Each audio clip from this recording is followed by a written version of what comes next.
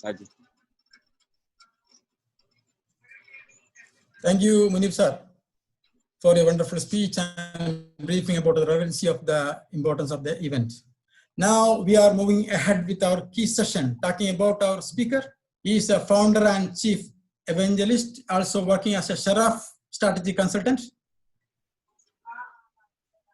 technology columnist, TechX Media, mission director, Curve Learning Initiative. He is based in Mail in UAE. Let us invite TP Sharafuddin with a round of applause, please.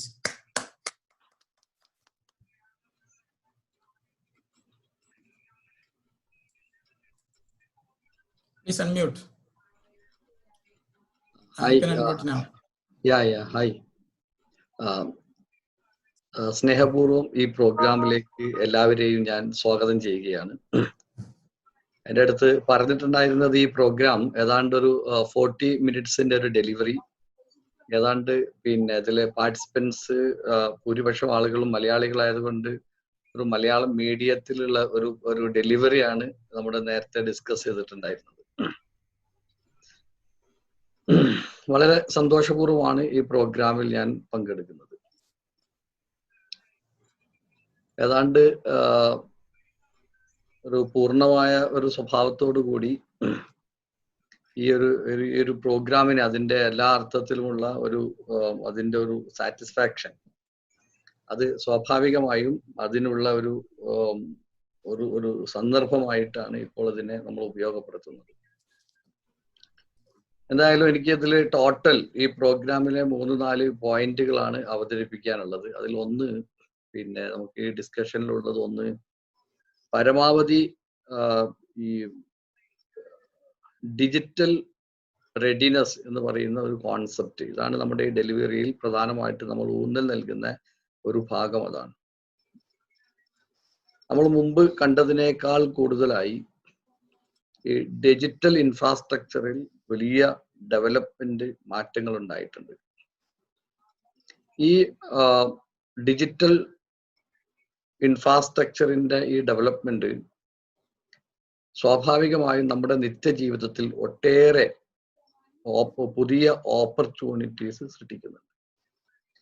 കണക്കുകൾ പ്രകാരം വേൾഡിന്റെ ഈ digital readiness അത് വളരെ നോട്ടബിളായ ഒരു സ്വഭാവത്തിൽ അത് വളർന്നു കഴിഞ്ഞിട്ടുണ്ട്.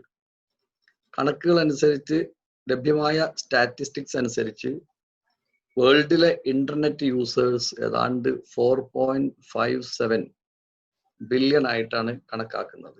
ഏതാണ്ട് ലോക ജനസംഖ്യയുടെ 60% ആളുകൾ ഇന്ന് ഇന്റർനെറ്റിന്റെ യൂസേഴ്സ് ആയിട്ടാണ് ഇന്ന് നിലനിൽക്കുന്നത്.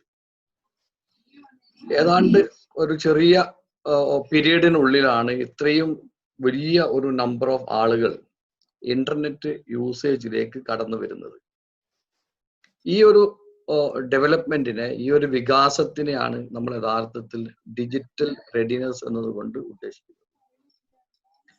മൊബൈൽ വഴി ഇന്റർനെറ്റ് ആക്സസ് ചെയ്യുന്ന ആളുകളുടെ ലോകത്തിലെ എണ്ണം ഏതാണ്ട് 4.2 ബില്യൺ ആളുകളാണ് മൊബൈലിലൂടെ ഇന്റർനെറ്റ് ആക്സസ് ചെയ്യുന്നത്. ആക്റ്റീവ് ആയിട്ടുള്ള സോഷ്യൽ മീഡിയ യൂസേഴ്സ് എന്ന് പറയുന്നത് കണക്കാക്കുന്നത് അനുസരിച്ച് ഏറ്റവും ലേറ്റസ്റ്റ് ആയ ലഭ്യമായ സ്റ്റാറ്റിസ്റ്റിക്സ് അനുസരിച്ച് ഏതാണ്ട് 3.8 ബില്യൺ ആണ് ഏതാണ്ട് ഈ സോഷ്യൽ മീഡിയ യൂസേഴ്സിന്റെ എണ്ണം.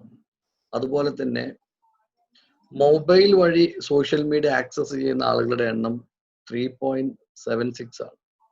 ഈ അർത്ഥത്തിലുള്ള വലിയൊരു വളർച്ച യഥാർത്ഥത്തിൽ ഈ ഡിജിറ്റൽ ഡെവലപ്മെന്റിന്റെ ഭാഗമായി ഇങ്ങനൊരു വളർച്ച നമുക്ക് കാണാൻ കഴിയും. ഏതാണ്ട് ഏഷ്യൻ പോപ്പുലേഷനിൽ 53.6% ആളുകൾ, റഷ്യ, ഏതാണ്ട് ഏഷ്യൻ പ്രദേശങ്ങളിലുള്ള ആളുകൾ ഈ ഡിജിറ്റൽ യൂസേഴ്സ് ആയിട്ടാണ് അറിയപ്പെടുന്നത്. ഇത് ഓരോ രാജ്യങ്ങളിലും അതിന്റെ വളർച്ചയുണ്ട്. ഏതാണ്ട് ഏഷ്യൻ രാജ്യങ്ങളിൽ ഏതാണ്ട് ഒരു 11,557% ആണ് യഥാർത്ഥത്തിൽ പുതിയ ഡിജിറ്റൽ യൂസേഴ്സിന്റെ എണ്ണത്തിലുള്ള വർധന എന്ന് കാണാൻ കഴിയും. ഏറ്റവും പിന്നാക്കം നിൽക്കുന്ന ആഫ്രിക്കയിൽ പോലും 1913% ഡിജിറ്റൽ ആക്സസിന്റെ പ്രവണത കാണിച്ചുകൊണ്ടിരിക്കുന്നത്. വേൾഡിലെ ടോട്ടൽ ഈ ഡിജിറ്റൽ രംഗത്തേക്ക് പ്രവേശിക്കാനുള്ള പ്രവണത കാണിക്കുന്നത് ഏതാണ്ട് 58.7%.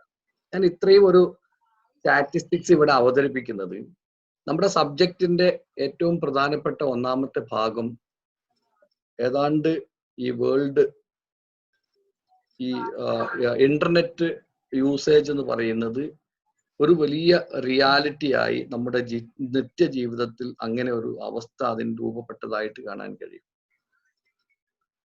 ഏതാണ്ട് എല്ലാ പിന്നെ വേൾഡിലെ ലോകത്തിലെ മൊത്തം ആവറേജ് വെച്ച് നോക്കിക്കഴിഞ്ഞാൽ 58.7% യഥാർത്ഥത്തിൽ ഇന്റർനെറ്റിന്റെ ഡിജിറ്റൽ ലോകത്തേക്ക് പുതുതായിട്ട് കടന്നു വരുന്ന ആളുകൾ. നമുക്കറിയാം ഇന്ന് പൂർണ്ണമായും ഈ ഡിജിറ്റൽ ഇൻഫ്രാസ്ട്രക്ചർ വലിയ അർത്ഥത്തിൽ വളർന്നു കഴിഞ്ഞിട്ടുണ്ട്.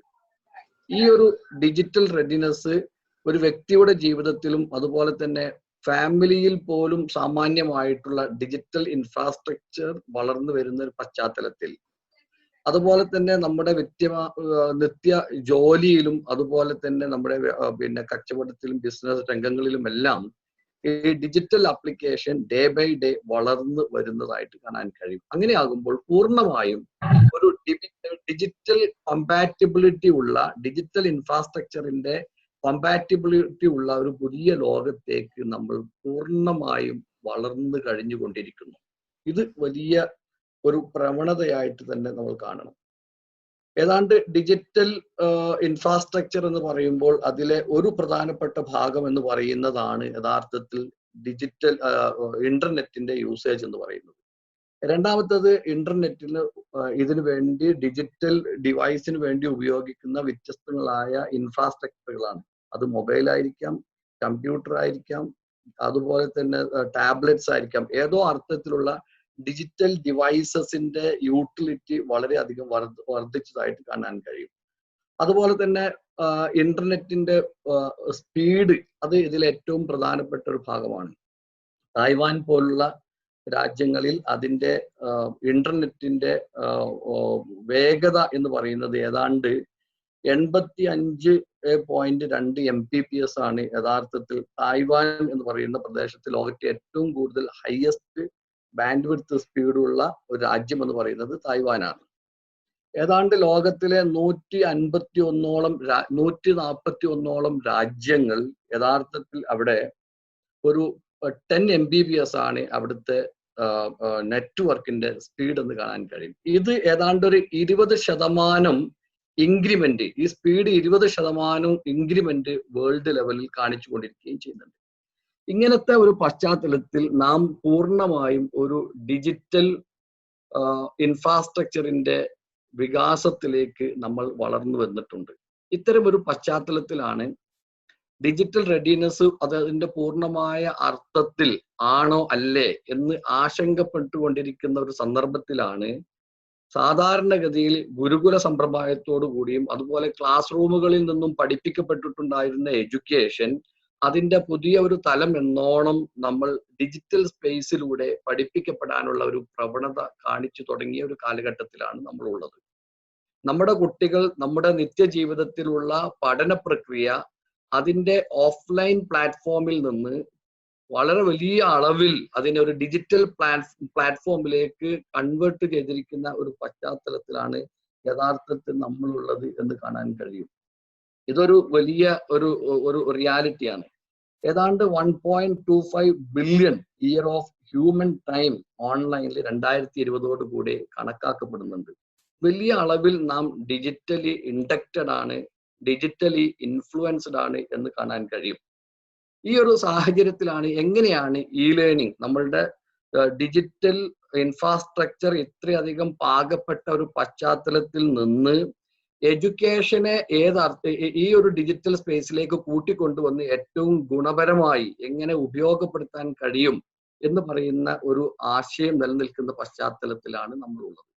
ഏതാണ്ട് 1999 വേൾഡിൽ ആദ്യമായി ഇ ലേണിംഗ് എന്ന് പറയുന്ന ഒരു പ്രയോഗം ഉണ്ടായിട്ടുള്ളത് എന്ന് കാണാൻ കഴിയും. 1999 ഇതിലാണ് ആ വേർഡ് ആദ്യമായിട്ട് അങ്ങനെ ഉപയോഗിച്ചു തുടങ്ങുന്നത്. 2009 ഇതിനുശേഷം നമുക്ക് കാണാൻ കഴിയും വലിയൊരു മാറ്റം എഡ്യൂക്കേഷൻ രംഗത്ത് പല സ്ഥലങ്ങളിലും സംജാതമായിട്ട് നമുക്ക് കാണാൻ കഴിയും. അതിൽ ഏറ്റവും പ്രധാനപ്പെട്ട ഒരു വേവ് ആയിരുന്നു 2012 കൂടി. അതിനെ ന്യൂയോർക്ക് ടൈംസ് ആ കാലഘട്ടത്തിൽ 2012 എന്ന് പറയുന്ന ആ വർഷത്തെ ന്യൂയോർക്ക് ടൈംസ് വിളിച്ചിട്ടുണ്ടായിരുന്നത് ഇയർ ഓഫ് മൂക്ക് എന്നായിരുന്നു. ഡിജിറ്റൽ ലേണിംഗിൽ അതല്ലെങ്കിൽ ഇ ലേണിംഗിൽ ഈ ഇൻഫ്രാസ്ട്രക്ചർ ഈ അർത്ഥത്തിൽ ഏതാണ്ട് മെച്യൂരിറ്റി ആർജിച്ചതിന് ശേഷം ഉണ്ടായി വന്നിട്ടുള്ള ഏറ്റവും ശ്രദ്ധേയമായ ഒറ്റപ്പെട്ട PDF-കളിലും അതുപോലെ തന്നെ ഫ്ലിപ്പ്ഡ് ക്ലാസ്സുകളും ഒക്കെ നൽകുന്ന സമ്പ്രദായം നേരെ ഉണ്ടായിട്ടുണ്ടായിരുന്നുവെങ്കിലും ഔപചാരികമായ സ്വഭാവത്തിൽ ഡിജിറ്റൽ പ്ലാറ്റ്ഫോം ഉപയോഗിച്ച് പഠനത്തിന് വ്യാപകമാക്കുന്ന ഒരു ട്രെൻഡ് വന്നിട്ടുള്ളത് 2012 മൂക്കിന്റെ വരവോട് കൂടിയാണ്. മൂക്ക് എന്ന് പറയുന്നത് നമുക്കറിയാം മാസീവ് ഓപ്പൺ ഓൺലൈൻ കോഴ്സ്.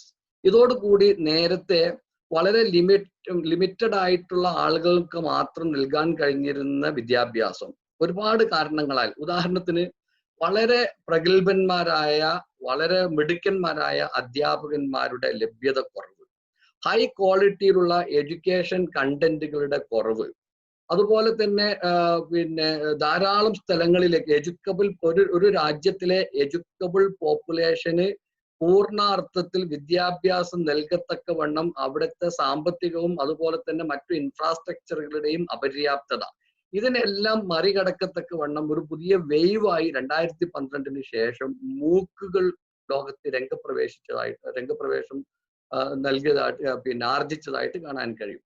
പ്രധാനമായ 2 മൂക്ക് പ്രവണതകൾ ആ കാലഘട്ടത്തിൽ ഉണ്ടായത്. ഒന്ന്, നേരത്തെ തന്നെ മസാച്യുസെറ്റ് ഇൻസ്റ്റിറ്റ്യൂട്ട് ഓഫ് ടെക്നോളജി അതിന്റെ ആദ്യത്തെ ഒരു മൂക്ക് പ്രോഗ്രാം തുടങ്ങിയിട്ടുണ്ടായിരുന്നു. പിന്നീട് MIT-യും ഹാർവാർഡും കൂടെ ചേർന്ന് അതിനെ കമ്പൈൻ ചെയ്ത് എഡക്സ് എന്ന് പറയുന്ന ഒരു പ്ലാറ്റ്ഫോം ഉണ്ടാക്കുന്നതോട് കൂടിയാണ് മൂക്കിന് കുറെ കൂടി ഔപചാരികതയും ഏറ്റവും പ്രധാനമായ പ്രഗത്ഭമായ 2 യൂണിവേഴ്സിറ്റികളുടെ സംയുക്തമായ ഒരു പ്രോഗ്രാമായി മൂക്ക് വന്നതോട് കൂടിയിട്ട് മൂക്കിന് വലിയൊരു ജനകീയ പിന്തുണ ലഭിക്കുകയാണ്. ആ സന്ദർഭത്തിൽ തന്നെയാണ് സ്റ്റാൻഫോർഡിലെ പ്രൊഫസേഴ്സ് ചേർന്നിട്ട് കോഴ്സറ ആരംഭിക്കുന്നതും ആ സന്ദർഭത്തിലാണ്. കോഴ്സറ പിന്നീട് കേവലം എഡ്യൂക്കേഷൻ നൽകുക എന്നതിൽ നിന്ന് വ്യത്യസ്തമായി ജോൺ ഹോപ്കിൻസൺ യൂണിവേഴ്സിറ്റി അതുപോലെ തന്നെ മെറിലാൻഡ് യൂണിവേഴ്സിറ്റി തുടങ്ങിയിട്ടുള്ള പ്രശസ്തമായിട്ടുള്ള യൂണിവേഴ്സിറ്റികളുമായി സംയുക്തമായി ഇതിനെ സർട്ടിഫൈ ചെയ്യുക, അതോടൊപ്പം തന്നെ അതിന് ക്രെഡിറ്റ് സിസ്റ്റം അലോട്ട് ചെയ്യുക എന്ന് പറയുന്ന ഒരു പ്രവണതയും തുടങ്ങിയതോടുകൂടി മൂക്ക് പിന്നീട് ലോകത്തിലെ ഏറ്റവും ശ്രദ്ധേയമായ ഒരു ട്രെൻഡായിട്ട് മാറുന്നതായിട്ട് നമുക്ക് കാണാൻ കഴിയും. ഇപ്പൊ നമുക്കറിയാം, ഇന്ത്യയെ പോലെ ഉള്ള ഒരു രാജ്യം, അവിടെ വലിയ ഒരു ഹ്യൂജ് നമ്പറാണ്. ഏതാണ്ട് അവിടുത്തെ എഡ്യൂക്കബിൾ പോപ്പുലേഷന്റെ 7% സാധാരണ ഗ്രാജുവേഷന് പോകാനുള്ള സംവിധാനം ഇന്ത്യയുള്ള വിദ്യാഭ്യാസ ഹയർ എഡ്യൂക്കേഷൻ ഇൻഫ്രാസ്ട്രക്ചറിൽ നമുക്ക് ഇപ്പോഴുള്ളൂ. ഈ ആളുകൾ ഏതാണ്ട് 73% ഓഫ് ഈ എഡ്യൂക്കബിൾ പോപ്പുലേഷന് ഹയർ സ്റ്റഡീസിന് പോകാൻ വേണ്ടിയുള്ള സംവിധാനങ്ങളില്ല. ഇത്തരം ഒരു പശ്ചാത്തലത്തിൽ ഇന്ത്യ പോലുള്ള വലിയ ഹൈ പോപ്പുലേഷനുള്ള ഡെമോഗ്രാഫി ഉള്ള പ്രദേശങ്ങളിൽ ഇതുപോലുള്ള സംവിധാനങ്ങൾ കൊണ്ട് മാത്രമാണ് യഥാർത്ഥത്തിൽ ഈ എഡ്യൂക്കേഷൻ നീഡിനെ അഡ്രസ് ചെയ്യാൻ കഴിയും. നോക്കൂ, ലോകത്തിലെ 2013 കൂടി ലോകത്തിലെ ഏറ്റവും വലിയ യങ് മാൻ പവർ പൂളായി ഇന്ത്യ രാജ്യം മാറിയിട്ടുണ്ട്. പക്ഷേ ഈ കാലയളവിൽ ഇന്ത്യയിലുള്ള ഈ യങ്സ്റ്റേഴ്സിന് വിദ്യാഭ്യാസം നൽകാൻ കഴിയാതെ വരുമ്പോൾ അവർ പൂർണ്ണമായും എത്തിക്കൽ ഇല്ലീഗൽ പ്രാക്ടീസ്, അതുപോലെ തന്നെ മതാന്ധത, തീവ്രവാദം തുടങ്ങിയിട്ടുള്ള ഭീകരമായ സോഷ്യൽ ഈവിളുകളിൽ ഇവർ പോയിട്ട് അവർ അതിൽ അഭയം തേടുന്നതായിട്ട് കാണാൻ കഴിയും. അങ്ങനെ വരുമ്പോൾ ഒരു രാജ്യത്തിന്റെ റെസ്പോൺസിബിലിറ്റിയാണ് അവർക്ക് വിദ്യാഭ്യാസം നൽകുക എന്ന് പറയുന്നത്. നെക്സ്റ്റ് ഉയർന്ന തൊഴിലിലേക്കും അതുപോലെ തന്നെ വിദ്യാഭ്യാസത്തിന്റെ തന്നെ തുടർ വികാസത്തിലേക്കുമൊക്കെ അവർക്ക് വളരാൻ കഴിയണമെങ്കിൽ ഗവൺമെന്റിന് വിദ്യാഭ്യാസം നൽകാൻ കഴിയണം. പക്ഷെ അൺഫോർച്ചുനേറ്റ്ലി സംവിധാനങ്ങളില്ല. ഇത്തരം പശ്ചാത്തലത്തിലാണ് മൂക്ക് സംവിധാനങ്ങളുടെ പ്രസക്തി അതൊരു വലിയ സാമൂഹികമായ ഒരു സേവനം കൂടിയായി മാറുന്നത് എന്ന് കാണാൻ കഴിയും. പക്ഷേ പിന്നീട് കണക്കുകൾ പറയുന്നത് ഏതാണ്ട് മൂക്ക് അതിന്റെ ആദ്യ കാലഘട്ടത്തിൽ തന്നെ ഒരു അണീസിനെസ്, ചില പ്രവണതകൾ ആ രംഗത്ത് കാണിച്ചു. അതിലൊരു പ്രധാനപ്പെട്ട സംഗതി, ആവറേജ് ഈ മൂക്കിൽ ആദ്യഘട്ടത്തിൽ മൂക്ക് രജിസ്റ്റർ ചെയ്തിരിക്കുന്ന ലേണേഴ്സിനെ സംബന്ധിച്ചിടത്തോളം 10% ആളുകൾ മാത്രമാണ് യഥാർത്ഥത്തിൽ അവരുടെ ആ കോഴ്സ് പൂർത്തിയാക്കുന്നതായിട്ട് കാണാൻ കഴിഞ്ഞിട്ടുള്ളത്. 90% ആളുകൾ ഡിസ്കണ്ടിന്യൂ ചെയ്യുന്ന ഒരു സാഹചര്യം ഉണ്ടായി. അപ്പോൾ ഇതൊരിക്കലും ഒരു പ്രാക്ടിക്കൽ ആയിട്ടുള്ള ഒരു മെത്തേഡ് അല്ല, ഇതിന് ഒരുപാട് പരിമിതികളുണ്ട് എന്നുള്ള അർത്ഥത്തിൽ ഒരു ക്രിറ്റിസിസം അതിന് വരികയാണ്. ഇങ്ങനെ അത് ഏതാണ്ട് മൂക്ക് അതിന്റെ ഇങ്ങനെ ഒരു അപ്സ് ആൻഡ് ഡൗൺസിലേക്ക് പോയി നിൽക്കുന്ന ഒരു പശ്ചാത്തലത്തിലാണ് ഇന്ന് നമ്മൾ പൂർണ്ണമായും ഈ ലോക്ക്ഡൌണിനും ബ്രേക്ക് ഡൗണിനും ഒക്കെ വിധേയമായി ഈ കൊറോണ ക്രാഷിന്റെ ടൈമിൽ നമ്മൾ വീടുകളിലായിട്ട് അടച്ചിരിക്കേണ്ട ഒരു അവസ്ഥ ഉണ്ടായിട്ടുള്ളത്. കമ്പനികൾ ആലോചിക്കുന്നു അവരുടെ ജോലി മുഴുവൻ റിമോട്ട് ഇൻഫ്രാസ്ട്രക്ചറിലൂടെ നിർവഹിക്കണമെന്ന്. ഈ സാഹചര്യത്തിൽ തന്നെയാണ് വിദ്യാർത്ഥികളെ സംബന്ധിച്ചിടത്തോളം അവർക്ക് എങ്ങനെയാണ് ഒരു digital learning, learning, distance learning സാധ്യമാവുക എന്ന ഒരു പുതിയ ആലോചന ഉണ്ടായപ്പോൾ ഈ ലേണിങ്ങിന് പുതിയ ചില നീഡും ഡിമാൻഡും മാർക്കറ്റിൽ ഉണ്ടായി വരുന്നതായിട്ട് കാണാൻ കഴിയും. ഇതാണ് നമ്മളെ സംബന്ധിച്ചിടത്തോളം കോവിഡിന് ശേഷം ലേണിംഗ് എന്ന് പറയുന്നത്, വിശേഷിച്ചും നിങ്ങൾ IT പ്രൊഫഷണൽസ് ഗവേൺ ചെയ്യുന്ന ഈ ഫോറത്തിൽ ലേണിംഗ് എന്ന് പറയുന്നത് ഒരു പുതിയ മിശിഹായായി, ഒരു പുതിയ ഓപ്പർച്യൂണിറ്റിയായി, ഒരു പുതിയ സൊല്യൂഷനായി രംഗപ്രവേശം ചെയ്യുന്നതായിട്ട് കാണാൻ കഴിയും. എങ്കിൽ ഈ ഡിജിറ്റൽ റെഡിനെസ് അത് അതിന്റെ പൂർണ്ണമായ മെച്യൂരിറ്റി എത്തിയിരിക്കുന്ന, പൂർണ്ണമായ മെച്യൂരിറ്റി എന്ന് ഞാൻ പറയുന്നത് എല്ലാ രാജ്യത്തും ഇതിനുള്ള സംവിധാനങ്ങളില്ല. പക്ഷെ നിലവിലുള്ള ഡിജിറ്റൽ സംവിധാനം ഏതാണ്ട് 20% ഇനിയും അത് മോഡിഫൈഡ് ആയിട്ടുള്ള ഡെവലപ്മെന്റ് കാണിക്കുന്ന പശ്ചാത്തലവും ലേണിംഗ് അല്ലാതെ ലോകത്തിലെ ആളുകൾക്ക് വിദ്യാഭ്യാസം നൽകാൻ, മാസീവ് ലെവലിൽ നൽകാൻ മറ്റൊരു ആൾട്ടർനേറ്റീവ് സിസ്റ്റം ഇല്ലാത്ത പശ്ചാത്തലത്തിലും നമ്മൾ ഇതിന്റെ ഒരു പുതിയ സാധ്യതയെക്കുറിച്ച് അന്വേഷിക്കാൻ നിർബന്ധിതരാവുകയാണ്. ലേണിങ്ങിനെ സംബന്ധിച്ചിടത്തോളം അത് ഡിജിറ്റൽ സ്പേസിലൂടെ നൽകുമ്പോൾ, അത് ലേണിംഗ് ആയിട്ട് നൽകുമ്പോൾ ഒട്ടേറെ പരിമിതികളും പ്രശ്നങ്ങളും ഉണ്ട്. എഡ്യൂക്കേഷനെ കുറിച്ച് നമുക്ക് അറിയാവുന്നത് പോലെ ലോകത്തിലെ 800 കോടി മനുഷ്യർ, എല്ലാ മനുഷ്യരും ഒരുപോലെയല്ല. വിദ്യാഭ്യാസം ആർജിക്കുന്ന ഓരോ ലേണറെ സംബന്ധിച്ചിടത്തോളം ഓരോ ലേണറുടെയും learning pace, learning interest, learning need, learning preference ഇതെല്ലാം വ്യത്യസ്തങ്ങളായിട്ട് കാണാൻ കഴിയും. ഇതിനപ്പുറമാണ് അവരുടെ ഇന്റലിജൻസിന്റെ വേരിയേഷൻസ്. ഇങ്ങനത്തെ ഒരു സാഹചര്യത്തിൽ എല്ലാവർക്കും ഒരേ കണ്ടന്റ്, ഒരേ വേഗതയിൽ, ഒരേ സ്വഭാവത്തിൽ, ഒരേ മോഡലിൽ നൽകുക എന്നതിൽ നിന്നും വ്യത്യസ്തമായി ഓരോ ലേണറുടെയും സ്വഭാവം അനുസരിച്ച് വിദ്യാഭ്യാസം നൽകാൻ കഴിയുക എന്ന് പറയുന്ന ഒരു പുതിയ ആവശ്യം എഡ്യൂക്കേഷൻ രംഗത്തുണ്ടായിട്ടുണ്ട്. സാധാരണ സ്കൂളുകളിലോ കോളേജുകളിലോ ഉള്ള ക്ലാസ് റൂമുകളെക്കാൾ ഒരു വ്യക്തിയുടെ വളരെ കസ്റ്റമൈസ്ഡ് ആയിട്ടുള്ള, വളരെ ഇൻഡിവിജ്വലൈസ്ഡ്, പേഴ്സണലൈസ് ആയിട്ട് എഡ്യൂക്കേഷനെ അഡാപ്റ്റബിൾ ആക്കി മാറ്റാൻ പറ്റുന്ന ഏറ്റവും നല്ല പോസിബിലിറ്റി എന്ന് പറയുന്നത് ലേണിംഗ് സംവിധാനമാണ് എന്ന് കാണാൻ കഴിയും. ഒരു ക്ലാസ്സിലെ 30 കുട്ടികൾക്കും ഒരേ കണ്ടന്റ് കൊടുക്കുന്ന, ഒരേ വേഗതയിൽ നൽകുന്ന, ഒരേ സ്റ്റൈലിൽ നൽകുന്ന വിദ്യാഭ്യാസത്തിൽ നിന്നും വ്യത്യസ്തമായി ഈച്ച് ആൻഡ് എവരി ഇൻഡിവിജ്വലിന്റെ താല്പര്യങ്ങൾക്കനുസരിച്ച് ഹൈലി അഡാപ്റ്റീവായി എഡ്യൂക്കേഷൻ നൽകാൻ കഴിയുന്നു എന്നതാണ് ലേണിംഗ് സംവിധാനത്തിന്റെ ഏറ്റവും വലിയ പ്രത്യേകത. നിങ്ങൾ IT പ്രൊഫഷണൽസിനെ സംബന്ധിച്ചിടത്തോളം ഈ സാഹചര്യത്തിൽ പുതിയ ചില സാധ്യതകൾ കൂടി തുറന്നു വരുന്നതായിട്ട് കാണാൻ കഴിയും. നമുക്കറിയാം IoT എന്ന് പറയുന്ന ഇന്റർനെറ്റ് ഓഫ് തിങ്സിന്റെ വ്യാപനവും അതോടൊപ്പം തന്നെ ആർട്ടിഫിഷ്യൽ ഇന്റലിജൻസിന്റെ പുതിയ വികാസവും ഈ രംഗത്ത് ഒട്ടേറെ പുതിയ ഓപ്പർച്യൂണിറ്റീസ് കൊണ്ടുവരുന്നു എന്നുള്ളതാണ്. ലേണിങ്ങിന് ഇരിക്കുന്ന ഒരു വിദ്യാർത്ഥിയെ സംബന്ധിച്ചിടത്തോളം അയാളുടെ അത് മൂക്കുകളാകട്ടെ മൂക്കുകളാകട്ടെ, മൂക്കും മൂക്കുകളും തമ്മിലുള്ള വ്യത്യാസം, മൂക്കുകളിൽ നോർമലി ഒരു ടീച്ചർ കുട്ടികളുടെ ആവശ്യത്തിന് വേണ്ടി തയ്യാറാക്കുന്ന ക്ലാസ്സുകളാണ്. മൂക്കുകൾ എന്ന് പറയുന്നത് ടീച്ചറുടെ താല്പര്യം അനുസരിച്ചുള്ള ക്ലാസ് എന്നതിനേക്കാൾ കുട്ടിയുടെ ഓട്ടോണമിയെ അംഗീകരിച്ചുകൊണ്ട് കുട്ടിക്ക് ആവശ്യമുള്ളത് പ്രകാരം പഠിക്കാൻ കഴിയുന്നു എന്നുള്ളതാണ്. ഇവിടെ AI സിസ്റ്റത്തിന്റെ പ്രത്യേകത, മുമ്പിലിരിക്കുന്ന ഒരു കുട്ടി 4-5 ഡിജിറ്റൽ ഇന്റർവെൻഷനിലൂടെ കുട്ടിയുടെ പഠന വേഗത എത്രയാണ് എന്ന് നമുക്ക് ഗേജ് ചെയ്യാൻ കഴിയുന്നു.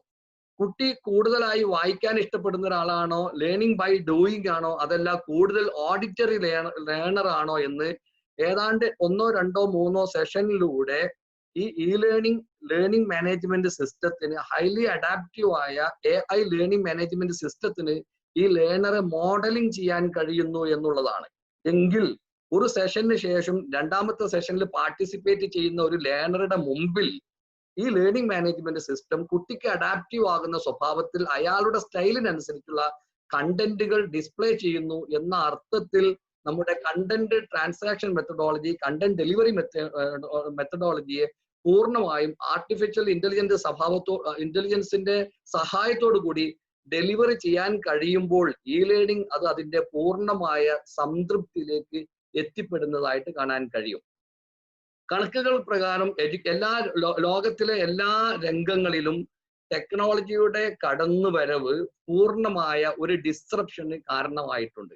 അത് കൺസംഷൻ ആകട്ടെ, അതുപോലെ തന്നെ നമ്മൾ ഉപയോഗിക്കുന്ന വ്യത്യസ്തങ്ങളായ പ്ലാറ്റ്ഫോമുകളാകട്ടെ, ഇതിനെല്ലാം ഓരോ അർത്ഥത്തിൽ ഓരോ പുതിയ കമ്പനിയും ഓരോ പുതിയ ട്രെൻഡും ഓരോ പുതിയ പ്രവണതകളും നിലവിലുള്ളതിനെ ഡിസ്റപ്റ്റ് ചെയ്തുകൊണ്ടാണ് പുതിയ ട്രെൻഡുകൾ കടന്നു വരുന്നത് എന്ന് കാണാൻ കഴിയും. എഡ്യൂക്കേഷൻ രംഗത്താണ് ഈ ഡിസ്റപ്ഷൻ ഒരു പക്ഷേ ഏറ്റവും നന്നായിട്ട് ഡിസ്റപ്ഷൻ സംഭവിച്ചിട്ടുള്ള ഒരു രംഗം എന്ന് പറയുന്നത് വിദ്യാഭ്യാസ രംഗത്താണ് എന്ന് കാണാൻ കഴിയും.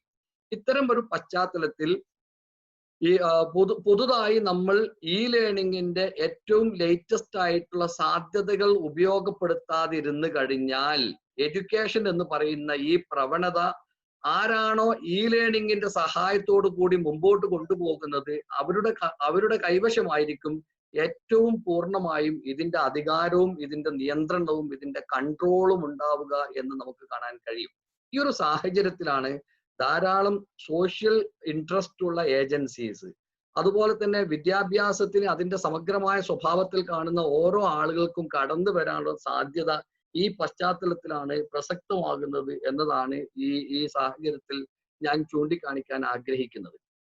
ഇവിടെ ഈ ടെക്നോളജിക്കൽ ഡിസ്റപ്ഷൻ നമുക്ക് അറിയാവുന്നത് പോലെ ധാരാളം ആളുകളുടെ തൊഴിൽ ഡേ ബൈ ഡേ നഷ്ടപ്പെടുന്നതിന് കാരണമായിട്ടുണ്ട്. COVID-19 കാരണം നമുക്ക് ധാരാളം കമ്പനികൾ അടച്ചുപൂട്ടപ്പെട്ടതിനാലാണ് അവിടെ ഫയറിങ്ങും അതുപോലെ തന്നെ കമ്പനികൾ പൂട്ടപ്പെട്ടതിനാൽ തൊഴിൽ നഷ്ടപ്പെടുകയും ചെയ്തിട്ടുണ്ട്. ഇത് കോവിഡ് കടന്നു വന്നിട്ട് ഉണ്ടായിരുന്നില്ല എങ്കിൽ ടെക്നോളജിയുടെ ഓട്ടോമേഷൻ കാരണം, കംപ്ലീറ്റ് റോബോട്ടിക് ആപ്ലിക്കേഷൻ കാരണം തന്നെ ഭീകരമായ സ്വഭാവത്തിൽ ഈ തൊഴിൽ നഷ്ടം സംഭവിക്കുമായിരുന്നു.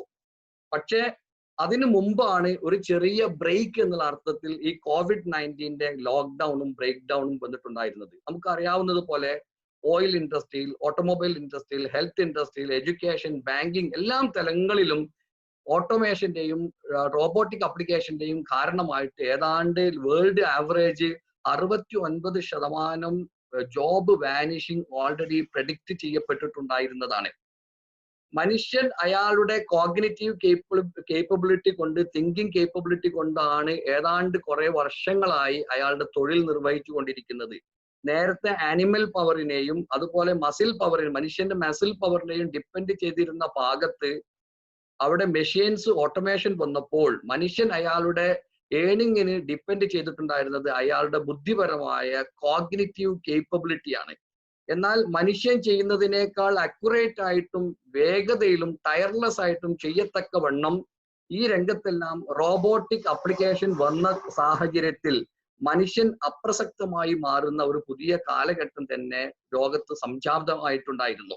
ഇത് ഭീകരമായ ഒരു തൊഴിൽ നഷ്ടത്തിനും കാരണമാകും. അങ്ങനെയാണെങ്കിൽ ലോകത്ത് മനുഷ്യനെ അക്കോമഡേറ്റ് ചെയ്യാൻ ഇനി എന്താണ് സംവിധാനം എന്ന അന്വേഷണത്തിന്റെ ഭാഗമായിട്ടാണ് UBI, യൂണിവേഴ്സൽ ബേസിക് ഇൻകം പോലുള്ള സൊല്യൂഷൻസ് സുക്കർബർഗ് അതുപോലെ തന്നെ ബിൽഗേറ്റ്സിനെ പോലുള്ള ആളുകളെല്ലാം ലോകത്ത് സജസ്റ്റ് ചെയ്തിട്ടുണ്ടായിരുന്നത്. ഇങ്ങനെ വരുന്ന ഒരു പശ്ചാത്തലത്തിൽ മനുഷ്യനേക്കാൾ കേപ്പബിലിറ്റിയും കാര്യങ്ങൾ ചെയ്യാൻ പെർഫോമൻസിന് സാധ്യതയുള്ളത് റോബോട്ടുകളായി മാറുകയും ഒരു റോബോട്ടിക് ഹെഗമണിയുടെ കാലഘട്ടത്തിൽ മനുഷ്യൻ റോബോട്ടുകളുടെ താഴെയായി സ്ലേവ്സ് ആയിട്ട് ജീവിക്കേണ്ട ഒരു സാഹചര്യം വരുമോ എന്ന ഒരു ആശങ്കയെ കുറിച്ച് ലോകത്ത് എല്ലാ ഫോറങ്ങളും, വിശേഷിച്ചും ടെക്നോളജി ഫോറങ്ങളിലെല്ലാം ഉയർന്ന ഡിസ്കഷൻ നടക്കുന്ന ഒരു പശ്ചാത്തലം ഉണ്ടായിരുന്നു. ഇവിടെയാണ് നമ്മൾ ഈ ലേണിംഗിന്റെ സാധ്യതയോടുകൂടി മനുഷ്യനെ മറ്റൊരു തലത്തിലേക്ക് എലിവേറ്റ് ചെയ്യേണ്ട പുതിയ ഒരു കാലഘട്ടത്തിന്റെ റെസ്പോൺസിബിലിറ്റിയിലേക്ക് നമ്മൾ ഉയർന്നു വരുന്നത്. പണ്ട് ആൽബർട്ട് കമു അദ്ദേഹത്തിന്റെ നൊബേൽ പ്രൈസ് സ്വീകരിച്ചുകൊണ്ട് നടത്തിയ ചരിത്രപ്രസിദ്ധമായ ഒരു പ്രസംഗമുണ്ട്. നമ്മുടെ ഈ കാലഘട്ടം ഒരു പുതിയ വെല്ലുവിളിയെ നേരിടുകയാണ്. ദീർഘകാലങ്ങളായി മനുഷ്യ നാഗരികത എന്തൊന്നാണോ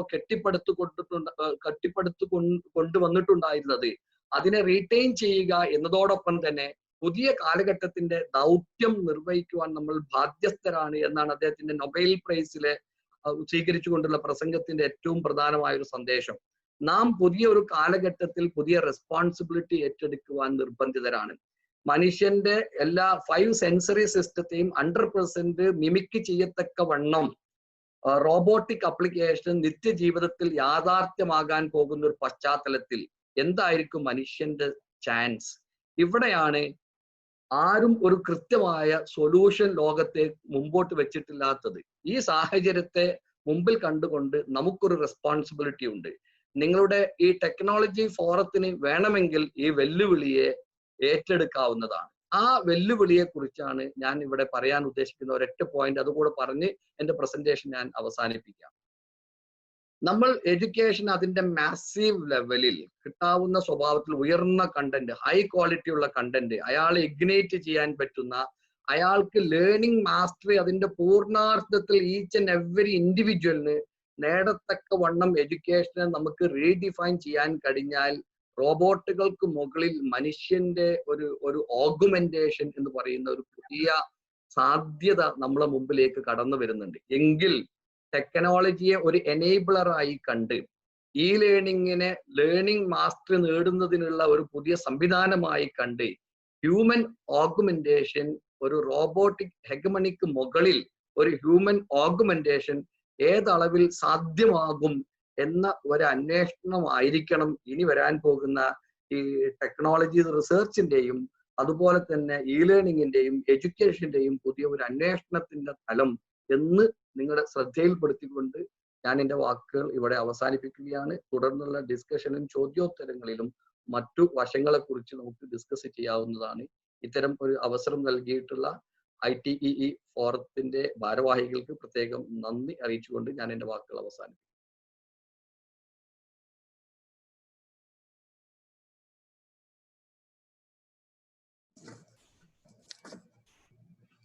Thank you. Thank you, sir, for your wonderful session with more informative and stuffed with more technical content. Now, let us have 10 to 15 minutes time for any question from the participants. Anybody can just, I think, let us, Sabir, let us unmute all temporarily.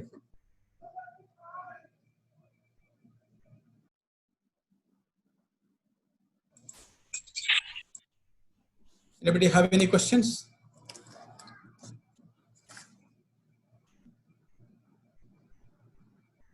Hello? Sabir, can you unmute all? Hello, sir.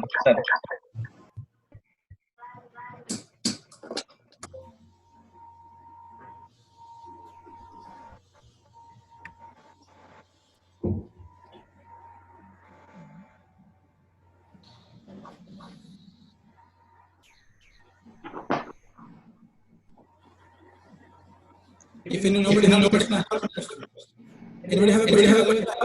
Sorry. Go ahead. Hello, sir. Yes. That's Mujib.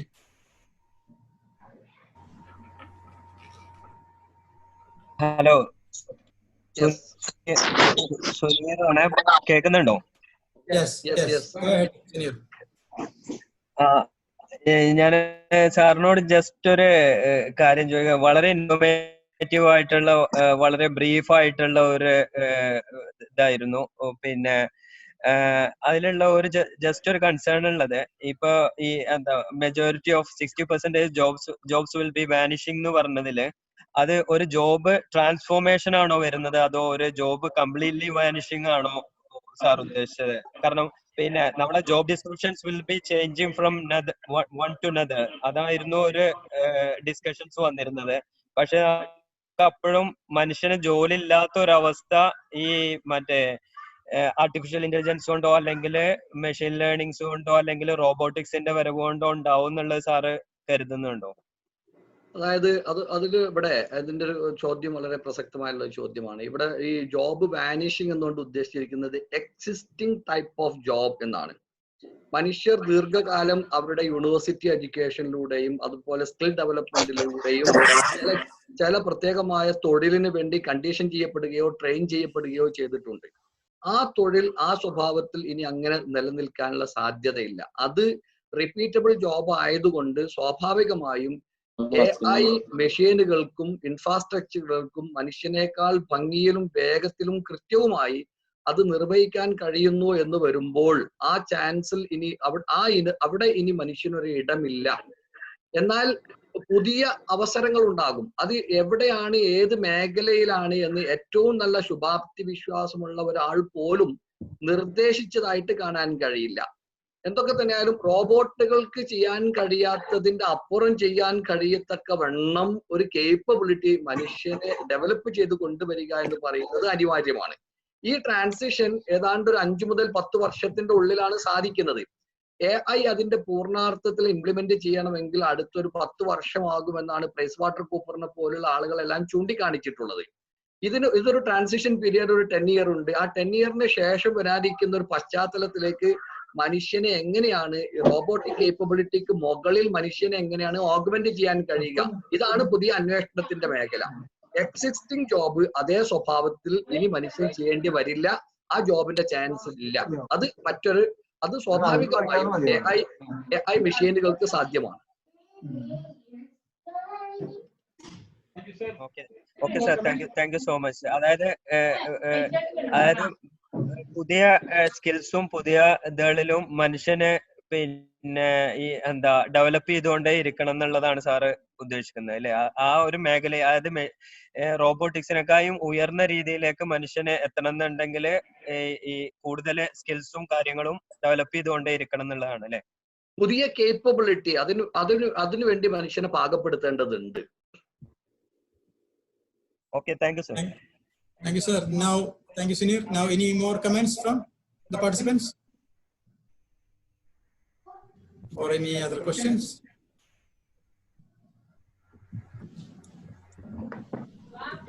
നിങ്ങൾ mute ചെയ്തുകൊണ്ട് ഒരു പക്ഷേ മനസ്സിലാക്കാൻ കഴിയില്ല. ഒന്നുകിൽ ആരെങ്കിലും hand raise ചെയ്യാതെ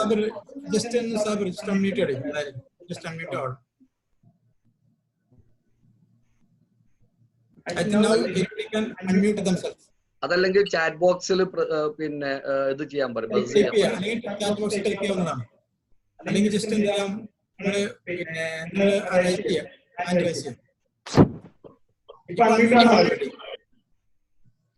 mister Sharafuddin, എന്റെ പേര് മുനീബ്, റിയാദ് എന്നാണ്. ഒരു ക്വസ്റ്റ്യൻ. പിന്നെ ഇപ്പോ നമ്മള് ഈ കുറെ മൂക്ക് കോഴ്സിനെ കുറിച്ച് പറഞ്ഞല്ലോ. അപ്പൊ നമ്മൾ യുഡെമിയിലും കോഴ്സറയിലും സ്കില്ലപ്പിലെ കുറെ കോഴ്സസ് ഓഫർ ചെയ്യുന്നുണ്ട്. അപ്പൊ ഈ കോഴ്സസ് എടുത്തു കഴിഞ്ഞാൽ ഇപ്പൊ നമുക്ക് ഇപ്പം നോർമലി ഒരു ജോബ് കിട്ടാനുള്ള ക്രൈറ്റീരിയ എന്ന് പറഞ്ഞാൽ ഫോർമൽ എഡ്യൂക്കേഷൻസിൽ കിട്ടുന്ന ഡിഗ്രീസ് ഒക്കെ ആണല്ലോ, ഡിഗ്രി സർട്ടിഫിക്കേഷൻസ് ഒക്കെ ആണല്ലോ. അപ്പൊ അതിന് പിന്നെ പാരലായിട്ട് ഇങ്ങനെയുള്ള പിന്നെ കോഴ്സസ്, അതായത് യുഡെമിയിലും കോഴ്സറയിലൊക്കെ വരുന്ന കോഴ്സസ്, പിന്നെ അതൊരു ക്വാളിഫിക്കേഷൻ ക്രൈറ്റീരിയ ആയിട്ട് വരുന്ന കാലം തൊട്ടടുത്ത് തന്നെ വരുമോ? അപ്പം സാധാരണഗതിയിൽ ഇപ്പൊ ആൾക്കാർ ഫോർമൽ കോഴ്സസും ഫോർമൽ ഡിഗ്രീസും എടുത്താലാണ് അവർക്ക് ജോലി കിട്ടാനുള്ള ചാൻസസ് ഉള്ളത്. അപ്പോ നമ്മൾ ഈ മറ്റുള്ള ഈ കോഴ്സസ് ഒക്കെ ഒരു ഓഗ്മെന്റഡ് ഒരു സ്കില്ല് ഡെവലപ്പ് ചെയ്യാന്നുള്ള ഉപരി ഒരു ജോബ് ക്രൈറ്റീരിയ ആയിട്ട് പെട്ടെന്ന് വരാൻ ചാൻസ് ഉണ്ടോ? ഓക്കെ, ഇതിൽ 3 കാര്യങ്ങളാണ് ശ്രദ്ധിക്കാനുള്ളത്. ഒന്ന്, പിന്നെ നിലവിലുള്ള മൂക്ക് കോഴ്സുകളുടെ ഏറ്റവും പ്രധാനമായി അതിനെ ക്രിട്ടിസൈസ് ചെയ്തിരിക്കുന്നത് അതിലൂടെ നമുക്ക് ലേണിംഗ് സാധ്യമാണ്, പക്ഷേ അക്രഡിറ്റേഷൻ സാധിക്കുന്നില്ല എന്നുള്ള ഒരു ക്രിറ്റിസിസം മൂക്കുകളെ കുറിച്ച് നേരത്തെ ഉണ്ടായിരുന്നു. ഈ ഒരു പശ്ചാത്തലത്തിലാണ് കോഴ്സറ ഒരു പുതിയ ഒരു മൂവ്മെന്റ് നടത്തുക. അങ്ങനെയാണ് അവര് മെറിലാൻഡ് യൂണിവേഴ്സിറ്റിയുമായി ജോയിൻ ചെയ്തുകൊണ്ട് അവരുടെ സർട്ടിഫിക്കറ്റ് കൊടുക്കുകയും പിന്നീട് തുടർ പഠനത്തിന് വേണ്ടി ക്രെഡിറ്റ് സിസ്റ്റത്തിലേക്ക് എലിജിബിൾ ആക്കുകയും ചെയ്തു. കോഴ്സറയാണ് ആ മൂവ്മെന്റ് ആദ്യമായിട്ട് എടുത്തിരിക്കുന്നത്. മാത്രമല്ല, ഇനി വരുന്ന പലതരത്തിലുള്ള മൂക്ക് സംവിധാനങ്ങളും യൂണിവേഴ്സിറ്റികളുമായി ഹാൻഡ് ഇൻ ഹാൻഡ് ആയിട്ട് വർക്ക് ചെയ്യുന്ന ഒരു പ്രവണത വരുന്നുണ്ട്. ഈ COVID-19 ഇഷ്യൂവിന് ശേഷം ഇത് ഒന്നുകൂടെ ആക്സിലറേറ്റ് ആകും. വളരെ സീരിയസ് ആയി ഇത് പലപ്പോഴും ഇതൊരു വലിയ സൊല്യൂഷൻ ആയിട്ട് പിന്നെ അനുഭവപ്പെടാൻ ഒരു പക്ഷേ ഈ COVID-19 ലോക്ക്ഡൌൺ സിറ്റുവേഷൻ കാരണമായി എന്നതുകൊണ്ട് ഇനി അങ്ങോട്ട് പൂർണ്ണമായും പല മൂക്കുകളും യൂണിവേഴ്സിറ്റികളുമായി ചേർന്ന് ജോയിൻ ചെയ്യാൻ കഴിയുന്നതോടുകൂടി അക്രഡിറ്റേഷൻ സാധിക്കുന്നു എന്നുള്ളതാണ്. അതുകൊണ്ട് പിന്നീട് തുടർ പഠനത്തിന് അത് ഇപ്പോൾ ഒറ്റപ്പെട്ട മൂക്ക് സംവിധാനങ്ങൾക്ക് മാത്രമാണ് അതിന് ക്രെഡിറ്റ് സിസ്റ്റവും അക്രഡിറ്റേഷനും ഉള്ളത് എന്നതിന്റെ ഒരു പരിമിതിയുണ്ട്. രണ്ടാമത്തെ ഒരു മാറ്റർ ഇതിൽ എന്താന്ന് വെച്ചാൽ, നമ്മളിപ്പോ ഒരു ഉദാഹരണം ബേസിക് ആയിട്ട് നിങ്ങൾ ഒരു ഗ്രാജുവേറ്റോ ഒരു പോസ്റ്റ് ഗ്രാജുവേറ്റോ ആണെങ്കിൽ നിങ്ങൾ അഡീഷണൽ ചെയ്തുകൊണ്ടിരിക്കുന്ന ഒരു മൂക്ക് സ്പെഷ്യൽ സ്കില്ല് നിങ്ങളുടെ മുമ്പിൽ ഉയർന്നു വരുന്ന ഒരു പുതിയ തൊഴിൽ സാധ്യതയ്ക്ക്, ഒരു ഉദാഹരണം നിങ്ങൾ ഒരു സോഫ്റ്റ്വെയർ ഡെവലപ്പർ ആണ്, അതേ സമയത്ത് തന്നെ നിങ്ങൾ ഡിസൈൻ തിങ്കിങ്ങിന്റെ ഒരു ഓൺലൈൻ കോഴ്സ് നിങ്ങൾ ചെയ്തു എന്ന് വിചാരിക്കാം എങ്കിൽ ഒരു പിന്നെ സോഫ്റ്റ്വെയർ ഡെവലപ്പർ എന്നുള്ള അർത്ഥത്തിൽ ഒരു പ്രൊജക്ട് മാനേജ്മെന്റിനുള്ള കേപ്പബിലിറ്റി എനിക്കുണ്ട് എന്ന് ഉത്തരവാദപ്പെട്ട സ്ഥലത്ത് ബോധ്യപ്പെടുത്തുന്നതിന് നിങ്ങളുടെ ഗ്രാജുവേഷൻ എന്ന് പറയുന്ന ബിടെക് പ്ലസ് ഡിസൈൻ തിങ്കിങ്ങിന്റെ ഈ മൂക്ക് സർട്ടിഫിക്കറ്റ് അതിനൊരു ആഡഡ് അഡ്വാൻറ്റേജ് ആയിട്ട് പരിഗണിക്കപ്പെടുന്നു. ഇപ്പം ഈ ഒരു സ്വഭാവത്തിലാണ് അത് തൊഴിൽ രംഗത്ത് ഈ മൂക്കിന്റെ നാനോ സർട്ടിഫിക്കറ്റുകൾ അല്ലെങ്കിൽ നാനോ ഡിഗ്രീസ് ഈ അർത്ഥത്തിലാണ് സഹായകമായിട്ടുള്ളത്. പക്ഷെ അത് കൂടുതൽ യൂണിവേഴ്സിറ്റികളുമായി ഹാൻഡ് ഇൻ ഹാൻഡ് ആയിട്ട് പോകുന്ന ഒരു പ്രവണത തീർച്ചയായിട്ടും അത് കാണിക്കുന്നുണ്ട്. Okay, thank you. Any more comments from the participants?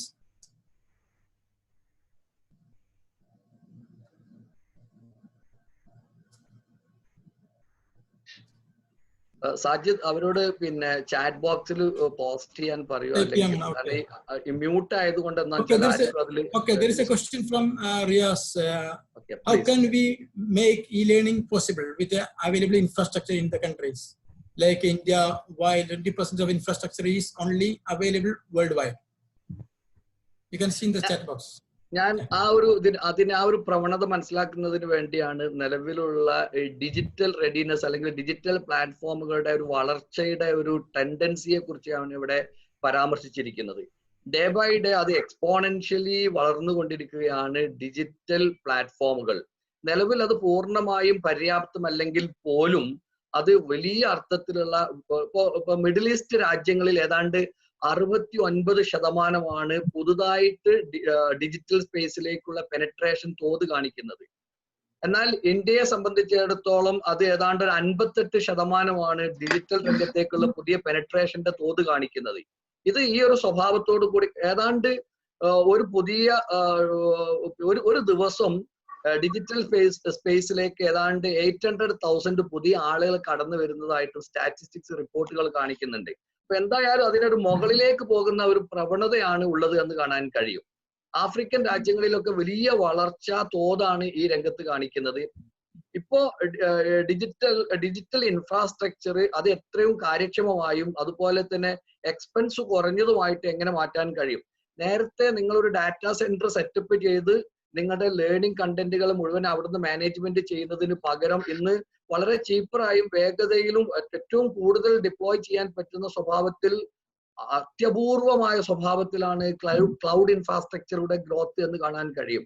ഈ കോസ്റ്റ് കുറയുകയും എഫിഷ്യൻസി കൂടുകയും ചെയ്യുന്ന ഡിജിറ്റൽ ഇൻഫ്രാസ്ട്രക്ചറിന്റെ ഈ പുതിയ പ്രവണത തീർച്ചയായും വലിയ സാധ്യതകളാണ് ഈ രംഗത്ത് നൽകുന്നത് എന്നാണ് അതിനെക്കുറിച്ച് എനിക്ക് ജനറലി പറയാനുള്ളത്. പിന്നെ എന്താ പറയാ, ഏറ്റവും കുറഞ്ഞ ബാൻഡ് വിഡ്ത്ത് കഴിഞ്ഞതുപോലും നമ്മുടെ ലൈവ് സ്ട്രീമിംഗ് അല്ലാത്ത തരത്തിലുള്ള ഫ്ലിപ്പ്ഡ് ക്ലാസ്സുകളെല്ലാം ഈ ലേണിംഗിലെ പുതിയ പ്രവണതകളാണ്. അതും വലിയ ഒരു അവസരമായിട്ട് നമുക്ക് കാണാൻ കഴിയുന്നതാണ്. Thank you, sir. Now one comments from Francis. What is mentioned is there any specific plan for learning from ITE? ശരിക്കും പറയുകയാണെങ്കിൽ ITE നമ്മൾ പല ഇനിഷ്യേറ്റീവ്സ് ഉണ്ട്. പക്ഷെ ഇപ്പോഴത്തെ കണ്ടീഷനിൽ നമുക്കൊന്നും അങ്ങനത്തെ ഒന്നും പ്രൊജക്റ്റുകളൊന്നും അൺഎക്സ്പെക്റ്റഡ് ആണ്. പക്ഷെ ഇനി മറ്റു ക്വസ്റ്റ്യൻസിലേക്ക് പോകാം. One more question from Sunir. Are you there?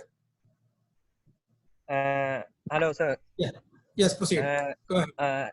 ഈ ഡിജിറ്റൽ റെഡിനെസ് റാപ്പിഡ് ആയിട്ടുള്ള ഗ്രോ ചെയ്യുമ്പോൾ വ്യക്തികളുടെ പ്രൈവസി അതേപോലെ security one of the concern അല്ലേ? അത് ശരിക്കും അഡ്രസ് ചെയ്യപ്പെടുന്നുണ്ടോ? അതേപോലെ തന്നെ ഇപ്പൊ ഈ സൂം പോലെയുള്ള ആപ്ലിക്കേഷൻ വഴി നമ്മളിപ്പോ ഈ അതിലുള്ള സൂംബർഗ് അങ്ങനെയുള്ള കുറച്ച് ഈ സെക്യൂരിറ്റി ത്രെഡ്സും കാര്യങ്ങളും ഇല്ലേ? അപ്പൊ അത് ഈ ലേണിങ്ങിനെ ബാധിക്കാൻ സാധ്യത ഉണ്ടോ? അതിന്റെ ഒരു security will be a concern or it can be negligible? തീർച്ചയായിട്ടും നമ്മള് പിന്നെ എന്തൊരു പുതിയ പിന്നെ ഒരു എന്താ പറയാ ഒരു ത്രെട്ട് മുമ്പിൽ ഉണ്ടാകുമ്പോൾ ആ ത്രെട്ടിനെ നമുക്ക് അല്ലെങ്കിൽ ചാലഞ്ചസിനെ മിറ്റിഗേറ്റ് ചെയ്യാൻ കഴിയുക എന്ന് പറയുന്നത് പുതിയൊരു ഓപ്പർച്യൂണിറ്റി ക്രിയേറ്റ് ചെയ്യുന്നുള്ളത് അതിന്റെ ഒരു ആ കോയിന്റെ പിന്നെ ഫ്ലിപ്പ് ചെയ്യുമ്പോൾ അതിന്റെ സെക്കൻഡ് പാർട്ടാണ്. സ്വാഭാവികമായിട്ടും ഈ മോർ ഡിജിറ്റൽ എക്സ്പോഷർ ഉണ്ടായി വരുമ്പോൾ അവിടുത്തെ ടെക്നോളജി പിന്നെ ഡിജിറ്റൽ എക്സ്പോഷർ ഉണ്ടാകുമ്പോൾ ടെക്നോളജി വൾണറബിലിറ്റി എന്ന് പറയുന്ന വലിയൊരു ഭീഷണി അവിടെ ഉണ്ട്.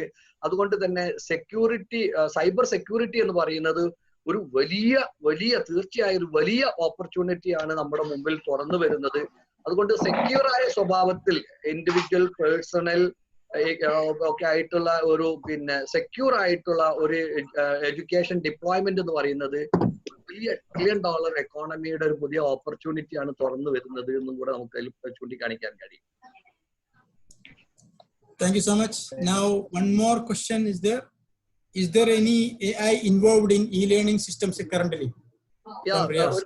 പിന്നെ അതിന്റെ ചെറുതും വലുതുമായ സ്വഭാവത്തിൽ പിന്നെ ഒരുപാട് പിന്നെ AI ആപ്ലിക്കേഷനുകൾ അതിൽ കടന്നു വന്നിട്ടുണ്ട്. അതിൽ പെട്ടതാണ് ഇപ്പൊ ഞാൻ പിന്നെ ഇവരുടെ ഒക്കെ ഇപ്പൊ ലിങ്ക്ഡിൻ ലേണിംഗിന്റെ LMS അതിൽ നല്ലൊരു അളവോളം അവർ AI ആപ്ലിക്കേഷൻ കൊണ്ടുവന്നതായിട്ട് കാണാൻ കഴിയുന്നുണ്ട്. അതേപോലെ തന്നെ പിന്നെ നമ്മുടെ ഖാൻ അക്കാഡമിയുടെ പല ലേണിംഗ് പ്രോഗ്രാമുകളിലും അവർ AI ആപ്ലിക്കേഷൻ കൊണ്ടുവന്നിട്ടുണ്ട്. ഏത് അർത്ഥത്തിലാണ് ഈ ലേണിംഗ് ആപ്ലിക്കേഷൻ കൊണ്ടുവരുന്നതെന്ന് ചോദിച്ചാൽ, ഒരു ഉദാഹരണം, നമ്മൾ ഒരു ഡിസ്റ്റന്റ് പിന്നെ ഒരു ക്ലാസ്സിന് നമ്മുടെ മുമ്പിൽ ഇരിക്കുന്നില്ല ടീച്ചർ, ഏതോ റിമോട്ട് സ്പേസിലാണുള്ളത്. ആ സന്ദർഭത്തിൽ ലേണിംഗ് എൻഗേജ്മെന്റ് എത്രത്തോളം സാധ്യമാണ് എന്നുള്ളത് ഈ ലേണിംഗ് മാനേജ്മെന്റ് സിസ്റ്റത്തിലെ പിന്നെ AI ആപ്ലിക്കേഷൻസ് ഗേജ് ചെയ്യുന്നുണ്ട്. അതുപോലെ തന്നെ ടീച്ചറുടെ ഡെലിവറി എത്ര എഫക്റ്റീവ് ആണ് എന്നുള്ളത് പിന്നെ അവിടെ ഗേജ് ചെയ്യപ്പെടുന്നുണ്ട്. കുട്ടിയുടെ ലേണിംഗ് റിട്ടൻഷൻ എത്രത്തോളമാണ് എന്ന് ഗേജ് ചെയ്യപ്പെടുന്നുണ്ട്. ഇങ്ങനെ ചെറുതും വലുതുമായ സ്വഭാവത്തിൽ ടെക്നോളജിയുടെ വികാസം അനുസരിച്ച് അതിൽ ഒരുപാട് AI ആപ്ലിക്കേഷൻ കടന്നു വരുന്നു. ഇപ്പൊ നിങ്ങൾ പിന്നെ പ്രൊഫഷണൽസ് ആണ്, നിങ്ങൾക്ക് എല്ലാവർക്കും അറിയാം. ഇപ്പോ പിന്നെ ഏറ്റവും നന്നായിട്ട് AIയുടെ ഏറ്റവും പ്രധാനപ്പെട്ട സംഗതികൾ 2 പ്രധാനപ്പെട്ട കാര്യങ്ങളാണ്. ഒന്ന്, നമുക്ക് ഒരു ലേണറുടെ അല്ലെങ്കിൽ ഒരു ടീച്ചിങ് ലേണിംഗ് പിന്നെ ആക്ടിവിറ്റീസ് ഒരു ട്രാൻസാക്ഷനിൽ ഉണ്ടാകുന്ന പിന്നെ പ്രവണതകളെ കൃത്യമായി സെൻസ് ചെയ്യാൻ കഴിയുക, ആ ഡാറ്റകളെ സെൻസ് ചെയ്യാൻ കഴിയുക, അതിന്റെ അടിസ്ഥാനത്തിൽ ലേണറെ അല്ലെങ്കിൽ ടീച്ചറെ മോഡലിംഗ് ചെയ്യാൻ കഴിയുക, ആ മോഡലിംഗിന്റെ അടിസ്ഥാനത്തിൽ പുതിയ ഇൻഫറൻസ് ഉണ്ടാക്കിയിട്ട് ഇൻലൈൻ ഇൻസ്റ്റന്റ് ആയിട്ട് അതിന്റെ ഡെലിവറി പിന്നെ കൊണ്ടുവരിക. ഇതിനെയാണ് ഇപ്പൊ MITയുടെ ഒരു പ്രോഗ്രാം ഉണ്ട്. MITയിലെ ഡോക്ടർ നീഷ് സോൺവാൾക്കർ, ഞാൻ അദ്ദേഹവുമായിട്ട് ക്ലോസ് ചെയ്ത് വർക്ക് ചെയ്തിട്ടുണ്ടായിരുന്നതാണ്. അദ്ദേഹത്തിന്റെ അഡാപ്റ്റീവ് മൂക്ക് പ്രോഗ്രാം ഈ ഇനത്തിൽ വളരെ ശ്രദ്ധേയമായിട്ടുള്ള ഒരു സാധനമാണ്. മിക്ക LMSകളും ഈ AI ആപ്ലിക്കേഷൻ അത് കൊണ്ടുവന്നുകൊണ്ടിരിക്കുന്നു അതിന്റെ ലേണിംഗ് മാനേജ്മെന്റ് സിസ്റ്റത്തിൽ. Okay, thank you so much. Now one question from Mr. Shihab. Opportunity or threat is more for GCC job? That's a good question for the current situation. അതിൽ നിങ്ങൾ ഏറ്റവും നന്നായിട്ട് വായിക്കേണ്ടതും observe ചെയ്യേണ്ടതും digital transformation എന്ന് പറയുന്ന പുതിയ ട്രെൻഡുകളെയാണ്. Digital transformation എന്ന് പറയുന്ന ഈ ട്രെൻഡിന്റെ കൂടെ സ്വാഭാവികമായും നമ്മൾ വിജിലന്റ് ആവുകയും നമ്മൾ പിന്നെ പുതിയ അർത്ഥത്തിൽ അപ്ഡേറ്റ് ചെയ്യപ്പെടാതിരിക്കുകയും ചെയ്യുന്ന സന്ദർഭത്തിൽ നമുക്ക് പകരം മറ്റൊരാൾ ആ രംഗത്ത് തീർച്ചയായും പുതിയ തൊഴിൽ രംഗത്ത് കടന്നു വരും. പണ്ട് നിങ്ങൾ ഒരു ഉദാഹരണത്തിന് നിങ്ങൾ ചെറുതായിട്ട് ഒരു സൂപ്പർ മാർക്കറ്റ് നടത്തുന്ന ആളാണെങ്കിൽ, അല്ലെങ്കിൽ നിങ്ങൾ ഒരു കമ്പനിയിലെ ഒരു നല്ലൊരു സെയിൽസ്മാൻ ആണെന്നുണ്ടെങ്കിൽ, നേരത്തെ സെയിൽസ്മാൻ എന്ന് പറഞ്ഞിട്ട് ഡോർ ടു ഡോർ ഇങ്ങനെ കയറി ഇറങ്ങി വിറ്റാൽ മതിയായിരുന്നു. ഇന്ന് സെയിൽസ്മാൻ എന്നതോടൊപ്പം തന്നെ അഡീഷണൽ നിങ്ങൾക്ക് ഉണ്ടാകേണ്ട ഒരു സ്കില്ലാണ് ഈ എന്താ പറയുക പ്രോഗ്രാമാറ്റിക് അഡ്വർടൈസ്മെന്റ് എന്ന് പറയുന്ന ആഡ് ടെക്നോളജി പ്ലാറ്റ്ഫോമുകളിലുള്ള എക്സ്പെർട്ടൈസ് സ്കില്ല് നിങ്ങൾക്ക് ആവശ്യമാണ്. എന്താണ് ആഡ് എക്സ്ചേഞ്ചുകൾ, എന്താണ് DSPs, എന്താണ് SSPs തുടങ്ങിയിട്ടുള്ള add technology പ്ലാറ്റ്ഫോമുകളിലുള്ള programmatic add technology പ്ലാറ്റ്ഫോമുകളിലുള്ള പുതിയ ടെക്നിക്കൽ സ്കില്ല് കൂടെ ആർജിച്ച ഒരു സെയിൽസ്മാൻ, അയാൾക്കാണ് ഇനി ചാൻസ് ഉള്ളൂ. ഇത് വളരെ ഇത് സ്വാഭാവികമായി നമ്മൾ അപ്ഡേറ്റ് ചെയ്യാൻ കഴിഞ്ഞാൽ, അപ്ഗ്രേഡ് ചെയ്യാൻ കഴിഞ്ഞാൽ GCC എന്നല്ല എല്ലാ സ്ഥലങ്ങളിലും ഓപ്പർച്യൂണിറ്റി ഉണ്ട്. പക്ഷേ നമ്മൾ എന്തായിരിക്കണം, വളരെ അഡ്വാൻസ്ഡ് ആയിരിക്കണം. റിയാക്റ്റീവ് എന്നതിനേക്കാൾ ഒരു പ്രൊആക്റ്റീവ് പ്രൊഫഷണൽ എന്നുള്ള അർത്ഥത്തിൽ നമുക്ക് വളരാൻ കഴിയണം. Thank you, sir. Now, is there any comments, or anybody have anything? You can write down in the chat box, or you can raise your hand. ഒരു ചെറിയ ഒരു അപ്പൻഡിക്സ് കൂടെ നമ്മള് തൊഴിൽ ഒരാണ്ട് ആവറേജ് 69% ജോബ് വാനിഷിങ്ങിനെ കുറിച്ച് ഞാൻ സംസാരിച്ചു. അതേ സമയത്ത് ഞാൻ നേരത്തെ ഉദ്ധരിച്ചിരിക്കുന്ന PwCയുടെ പ്രൈസ് വാട്ടർ കൂപ്പറിന്റെ റിപ്പോർട്ടിൽ കാണിക്കുന്നുണ്ട് AI മാത്രം $14 trillion പുതിയ ബിസിനസ് ലോകത്തേക്ക് കൊണ്ടുവരും എന്നാണ് പറയുന്നത്. എന്ന് മാത്രമല്ല ആ $14 trillion ഏതാണ്ട് എനിക്ക് തോന്നുന്നു ഓൾ ടുഗദർ GCC കൺട്രീസ് എല്ലാം കൂടെ ചേർന്ന് പുതുതായിട്ട് $4 trillion പുതിയ ബിസിനസ് ഓപ്പർച്യൂണിറ്റി ഉണ്ടാക്കും. നമ്മുടെ ഓയിൽ എക്കോണമി എന്ന് പറയുന്നത് $6 trillion മാത്രമായിരുന്നു. എന്നാൽ ആ $6 trillion ആൾമോസ്റ്റ് ഈക്വലന്റ് ആയിട്ടുള്ള പുതിയൊരു എക്കോണമി AI കൊണ്ടുവരുന്നു എന്നുള്ളതാണ്. ഈ AI അപ്ലിക്കേഷനിൽ നമ്മൾ എവിടെ നിൽക്കുന്നു എന്നതാണ് ഏറ്റവും പ്രധാനമായിട്ടുള്ളത്.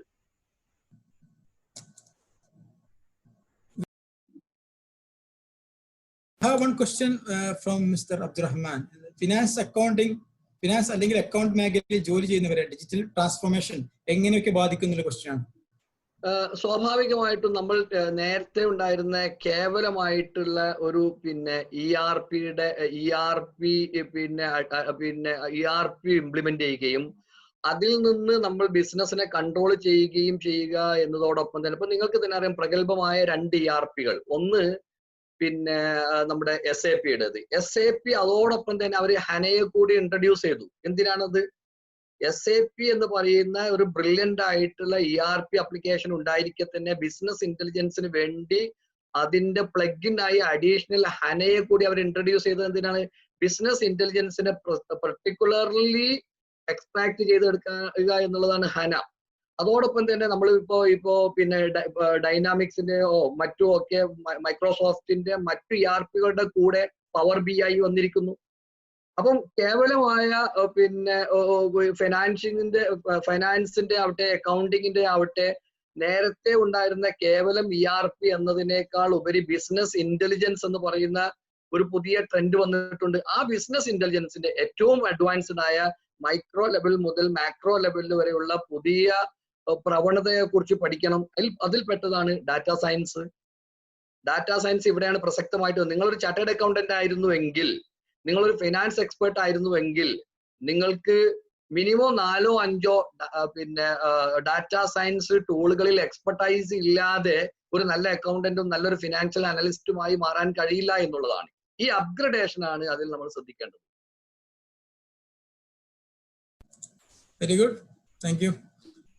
Thank you, sir. Now, any other questions? Or we can move ahead to close the session. Just wait for 1 or 2 minutes. എന്തെങ്കിലും ക്രിറ്റിസിസം ഒന്നും ഇല്ലേ ഡെലിവറിയെ കുറിച്ച്?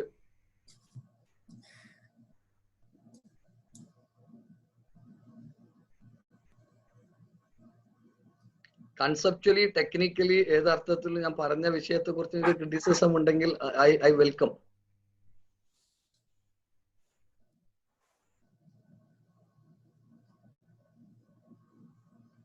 Or I have one comment actually. In the post-COVID era, how do you assess, as per your perspective, from especially IT industry? Covid എന്ന് പറയുന്നത് യഥാർത്ഥത്തിൽ Covid എന്തെങ്കിലും ഭീകരമായൊരു damage നമ്മുടെ daily ലൈഫിലോ നമ്മുടെ പ്രൊഫഷണൽ ലൈഫിലോ ഇപ്പോൾ ഉണ്ടാക്കിയിട്ടില്ല. യഥാർത്ഥത്തിൽ ഉണ്ടാക്കിയിട്ടുള്ളത് കമ്പനികളുടെ കാര്യത്തിലാണ്. കമ്പനികൾ അടച്ചുപൂട്ടപ്പെട്ടതിനാൽ തൊഴിൽ പോയി എന്നുള്ളതാണ്. പക്ഷേ കോവിഡ് എന്ന യഥാർത്ഥത്തിൽ നമുക്കൊരു അലാറമാണ്. കോവിഡിന്റെ മുമ്പാണ് ഏതാണ്ട് ഈ ഓട്ടോമേഷന്റെ കാരണത്താൽ AI രംഗപ്രവേശം കാരണത്താൽ ഭീകരമായ തൊഴിൽ നഷ്ടം ലോകത്തുണ്ടാകുമെന്ന് പ്രെഡിക്റ്റ് ചെയ്തിട്ടുണ്ടായിരുന്നു. അങ്ങനെ നമ്മളിങ്ങനെ പോയി ഒരു കുടിയിലേക്ക് വീഴാൻ ഇങ്ങനെ ശ്രമിക്കുന്നതിന്റെ ഏതാണ്ട് വക്കിലെത്തിയപ്പോഴാണ് കോവിഡ് നമ്മളെ അവിടെ പിടിച്ചു നിർത്തിയിരിക്കുന്നത്. അപ്പോൾ യഥാർത്ഥത്തിൽ കോവിഡ് ഒരു ബ്ലെസ്സിങ് ആണ്. എന്തിനു വേണ്ടിയിട്ടുള്ള ഒരു ഇൻട്രോസ്പെക്ഷൻ, നമുക്കൊന്ന് ആലോചിക്കാൻ. കുഴിയിലേക്ക് വീഴുന്നതിന് ഇടയ്ക്ക് നമുക്കൊരു ചെറിയ ഗ്യാപ്പ് കിട്ടിയിരിക്കുകയാണ്, ഒരു 3-4 മാസത്തിന്റെ ഒരു വീണ്ടും വിചാരത്തിന്റെ. അപ്പം കോവിഡ് വന്നിട്ടില്ലെങ്കിൽ പോലും തൊഴിലിന്റെയും മാർക്കറ്റിന്റെയും കാര്യത്തിൽ വലിയൊരു ട്രാൻസ്ഫോർമേഷന് അല്ലെങ്കിൽ വലിയൊരു മാറ്റത്തിന് വിധേയമാകാൻ പോകുന്ന ഒരു പശ്ചാത്തലത്തിൽ കോവിഡ് ആ അർത്ഥത്തിൽ ഒരു വീണ്ടും വിചാരത്തിനും പുതുതായിട്ടൊരു കാര്യത്തെ പ്ലാൻ ചെയ്യാനും തയ്യാറെടുക്കുവാനുമുള്ള ഒരു സന്ദർഭമായിട്ടാണ് യഥാർത്ഥത്തിൽ കോവിഡ് വന്നിട്ടുള്ളത് എന്ന് കാണാൻ കഴിയും. അപ്പൊ ഈ പശ്ചാത്തലത്തിൽ നമ്മൾ ബ്രില്യൻ്റ് ആയിട്ട് നെക്സ്റ്റ് പ്ലാനിങ് ചെയ്യണം. പുതിയ സ്കില്ലിംഗ്, പുതിയ ഓപ്പർച്യൂണിറ്റി, ബിസിനസ്സുകളെയും കമ്പനികളെയും ഒക്കെ ഒന്ന് റീസ്ട്രക്ചറിങ് ചെയ്ത് ഉള്ള ഒരു രീതി വേണം. അതിലൊരു ഉദാഹരണം എംപ്ലോയീസ് എന്നതാണ്. ഇതിൽ ഇരിക്കുന്ന ആളുകൾ കൂടുതൽ എംപ്ലോയീസ് ആയിരിക്കും, പ്രൊഫഷണൽസ് എന്ന് പറയുമ്പോൾ ഞാൻ കാണുന്നത് അങ്ങനെയാണ്. ഒരു പക്ഷേ കുറച്ച് ആളുകൾ എന്റർപ്രണേഴ്സ് ആയിട്ട് ഉണ്ടാവാൻ സാധ്യതയുള്ളൂ. അങ്ങനെയാണെങ്കിൽ അവരുടെ മുമ്പിൽ സഹായകമാകുന്ന, നിങ്ങൾക്ക് എല്ലാവർക്കും അറിയാവുന്ന സഹായകമാകുന്ന ഒരു കാര്യം, കോവിഡിന് മുമ്പ് തന്നെ ഈ പ്രവണത ഓൾറെഡി വന്നിട്ടുണ്ട്. അതായത് പിന്നെ 2015 ശേഷം വളരെ ശക്തമായ ഒരു പ്രവണതയാണ് ഈ എന്താ പറയാ ഗിഗ്ഗിങ് എന്ന് പറയുന്ന ഒരു പ്രവണത. എന്ന് പറഞ്ഞാൽ നിങ്ങൾ പിന്നെ ഒരു പ്രത്യേക കഴിവുണ്ട്, ആ കഴിവിന്റെ അടിസ്ഥാനത്തിൽ നിങ്ങൾക്ക് ഒരു കമ്പനിയിൽ ദീർഘകാലത്തുള്ള തൊഴിലില്ല, പക്ഷെ 1 മാസത്തേക്ക് 2 മാസത്തേക്ക് 6 മാസത്തേക്ക് ഇങ്ങനെ പല കഴിവുള്ള ആളുകൾ ചേർന്ന് ഒരു പ്രൊജക്ട് പൂർത്തിയാക്കുക. ഇങ്ങനെ ആവശ്യമാകുന്നതിന് നിങ്ങൾക്ക് can you gig with me എന്ന് ചോദിക്കാറുണ്ട്. ആ ഒരു കുറച്ച് സമയത്തേക്ക് എനിക്ക് വേണ്ടത് ഒരു ക്വാളിറ്റി പിന്നെ ചെക്കിങ് QCയുടെ ഒരു 3 മാസത്തെ വർക്ക് ഉണ്ട്, അതല്ലെങ്കിൽ എനിക്കൊരു പിന്നെ പൈത്തൺ ഡെവലപ്പറെ ഒരു 4 മാസത്തേക്ക് വേണം. അപ്പുറത്ത് പോയി കഴിഞ്ഞിട്ടുണ്ടെങ്കിൽ എനിക്ക് ഒരു പ്രോജക്റ്റിന്റെ ആർക്കിടെക്ട് ഡിസൈൻ ചെയ്യേണ്ടതുണ്ട്, എനിക്കിവിടെ UI ഡിസൈൻ ചെയ്യാൻ കുറച്ച് കാലത്തേക്ക് ആവശ്യമുണ്ട്. ഇങ്ങനെ ഇപ്പുറത്തൊരു UX നന്നായിട്ട് ഡിസൈൻ ചെയ്യാൻ വേണ്ടിയിട്ട് 1 മാസത്തേക്കുള്ള വർക്ക് ഉണ്ട്. ഇങ്ങനെ പല പല സന്ദർഭങ്ങളിലേക്ക് അങ്ങോട്ടും ഇങ്ങോട്ടും ഗിഗ്ഗിങ് ചെയ്യാൻ പറ്റുന്ന ഗിഗ്ഗിങ് പ്ലാറ്റ്ഫോമുകൾ വളരെയധികം വളർന്നു വന്നിട്ടുണ്ട്. അതിൽ പെട്ടതാണ് അപ്വർക്ക്, അതുപോലെ തന്നെ ഫൈവർ തുടങ്ങിയുള്ള പ്ലാറ്റ്ഫോമുകളെല്ലാം ഈ ഗിഗ്ഗിങ് പ്ലാറ്റ്ഫോമുകളാണ്.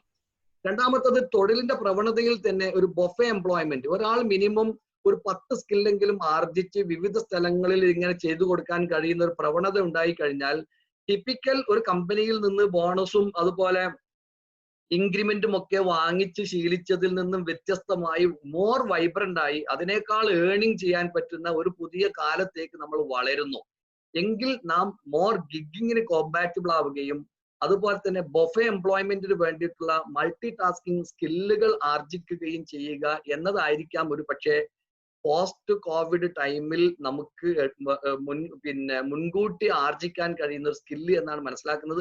പക്ഷെ ഇത് കോവിഡ് കൊണ്ടല്ല, കോവിഡ് അല്ലെങ്കിൽ പോലും ഇങ്ങനത്തെ ഒരു സ്ഥലത്തിലേക്ക് നമ്മൾ യാത്ര ചെയ്യുകയായിരുന്നു. Covid is A blessing. നമുക്ക് നല്ല വീണ്ടും വിചാരത്തിനുള്ള സമയം, ആംബിൾ ടൈം അത് തന്നിട്ടുണ്ട്. That was really beautiful insight. Thank you. Now, any more questions? Otherwise, we might wind up the session. Sabir Sahib, any comments? What do you think? ഒരാളുടെ ഒരു post കാണുന്നു, പിന്നെ ഓൺലൈൻ കോഴ്സിലൂടെ മാത്രം ഡാറ്റാ സയൻസിൽ mastery നേടാൻ കഴിയുമെന്നാണ് ചോദിച്ചിട്ടുള്ളത്. ഓക്കെ, അതില് പിന്നെ എന്ന് വെച്ചാല് പിന്നെ ഈ ഏതാണ്ട് 1960-കളിൽ ഞാൻ എപ്പോഴും എനിക്ക് ഇഷ്ടപ്പെടുന്ന, ഞാൻ ഉദ്ധരിക്കാറുള്ള ഒരു എഴുത്തുകാരനാണ് ആൽവിൻ ടോഫ്ലർ. അദ്ദേഹം പറഞ്ഞിട്ടുണ്ട്, ലോകം ഒരു വലിയ പ്രതിസന്ധിയെ നേരിടാൻ പോകുന്നുണ്ട് 2000 ആണ്ടിന് ശേഷം. അത് ഈ നോളേജിന്റെ നോൺ സ്റ്റോപ്പ് ഫ്ലോ ആയിരിക്കും, അറിവിന്റെ ഒരു കൂലംകുത്തി ഒഴുക്ക് എന്നാണ് അദ്ദേഹം പ്രയോഗിച്ചിട്ടുള്ളത്. അപ്പം ഈ മൂക്കുകളിൽ നിന്നും ഓൺലൈൻ കോഴ്സുകളിൽ നിന്നും ധാരാളം നോളേജ് നമുക്ക് കിട്ടുന്നു. മനുഷ്യനെ സംബന്ധിച്ചിടത്തോളം നോളേജ് അയാൾക്കൊരു ഗൈഡൻസ് ആണ്. അയാൾ ചെയ്യേണ്ടത് എന്താ, ഒരു സാധനത്തിൽ മാസ്റ്റർ നേടണമെങ്കിൽ എന്താണ് ലേണിംഗ് ബൈ ഡൂയിങ് എന്നാണ്. അതിലാണ് മാസ്റ്റർ നേടാൻ കഴിയും, വിശേഷം സ്കില്ലുകൾ. അപ്പോൾ ഓൺലൈൻ കോഴ്സിൽ നിന്ന് നമ്മൾ അതിന്റെ ബേസിക് ടൂളുകളെയും അതിന്റെ പിന്നെ എന്താ പറയാ പിന്നെ പ്രോഗ്രാമുകളെയും സിന്റാക്സസും ഒക്കെ പഠിച്ചു കഴിഞ്ഞാൽ കിട്ടാവുന്നിടത്തോളം ലഭ്യമായിട്ടുള്ള ഡാറ്റ മൈൻ ചെയ്യാനും ക്ലീനിങ് ചെയ്യാനും മോഡലിംഗ് ചെയ്യാനും അനാലിസിസ് ചെയ്യാനും നമ്മൾ പ്രാക്ടീസ് ചെയ്യുക എന്നതിലൂടെ മാത്രമേ ആ മാസ്റ്ററി നേടിയെടുക്കാൻ കഴിയൂ. സാമ്പിൾ പ്രൊജക്റ്റുകൾ ചെയ്തുകൊണ്ടേ ഇരിക്കുക എന്നുള്ളതാണ്. അങ്ങനെയാണെങ്കിൽ ഈ ഓൺലൈൻ കോഴ്സ് നമുക്ക് പുതിയ പിന്നെ കോഴ്സ് പിന്നെ സ്കില്ല് പഠിപ്പിച്ചു തരും. മാസ്റ്ററി അത് ചെറിയ പ്രോട്ടോടൈപ്പ് പ്രോജക്റ്റുകൾ എടുത്ത് നമ്മൾ ആർജിക്കേണ്ടതാണ്. Very good, thank you. പറയൂ, ആർക്കെങ്കിലും കമന്റ് ഉണ്ടോ? അല്ലെങ്കിൽ നമ്മൾ ക്വസ്റ്റ്യനിലേക്ക് പോവാം. സാഹിബ് ഒരു ക്വസ്റ്റ്യനെ ഷിയാസിന്റെ ഒരു ക്വസ്റ്റ്യൻ നമ്മൾ വായിച്ചിട്ടില്ലായിരുന്നു. Please let me know AI demand in the job market at current situation. ആൾക്ക് പിന്നെ ഏജൻസി, അതായത് കോഴ്സ് പ്രൊവൈഡ് ചെയ്യുന്ന ഏജൻസിനെ കുറിച്ച് അറിയാൻ എല്ലാവരും ആഗ്രഹമാണ്. ഇപ്പോ ധാരാളം പ്ലാറ്റ്ഫോമുകൾ ഇപ്പൊ എനിക്കറിയാം ഇന്ത്യയിൽ നന്നായിട്ട് പെർഫോം ചെയ്യുന്ന ഒരു ഇ ലേണിംഗ് പ്ലാറ്റ്ഫോമാണ് എജുരേഖ.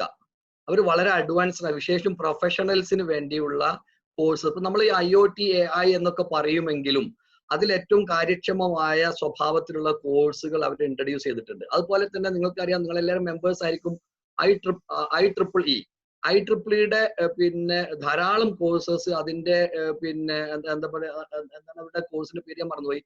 പിന്നെ ഒത്തിരി കോഴ്സസ് AI ആപ്ലിക്കേഷൻ, നോഡിലും എഡ്ജിലുമുള്ള പ്രോഗ്രാമിംഗ് കോഴ്സസ് അവർ ഇൻട്രൊഡ്യൂസ് ചെയ്തിട്ടുണ്ട്. പിന്നെ അത് BTechോ MTechോ കഴിഞ്ഞ ആളുകൾക്ക് വളരെയധികം സഹായകമാകും. അതിൽ എക്സ്പെർട്ടൈസ് ഉള്ള ആളുകൾക്ക് IEEE ഒത്തിരി കോഴ്സസ് ഉണ്ട്. പിന്നെ ഇതുപോലെ ഒരുപാട് പ്ലാറ്റ്ഫോമുകൾ. ആദ്യമായി തന്നെ പ്രോഗ്രാമേഴ്സിന് വേണ്ടിയാണ് ഇ ലേണിംഗ് സ്റ്റാർട്ട് ചെയ്തത് തന്നെയും. 2500-ലധികം പോകുന്ന പ്രോഗ്രാമേഴ്സിനെ വെച്ചിട്ടാണ് ആദ്യത്തെ കോഴ്സറയുടെ പ്രോഗ്രാം. എനിക്കറിയില്ല, ഒരു കോഴ്സ് ആദ്യമായി ഇ ലേണിംഗ് മൂക്കിൽ ആദ്യം തന്നെ ഇൻട്രൊഡ്യൂസ് ചെയ്തിരിക്കുന്നത് പ്രോഗ്രാമേഴ്സിന് വേണ്ടിയിട്ടാണ്. ഇന്ന് ഒട്ടുമിക്ക നല്ല മൂക്ക് സെന്ററുകളും, അത് ഇന്ത്യയിലെ സ്വയം എന്ന് പറയുന്നത് ഗവൺമെന്റ് ഫ്ലോട്ട് ചെയ്തിരിക്കുന്ന മൂക്ക് പ്ലാറ്റ്ഫോമാണ്.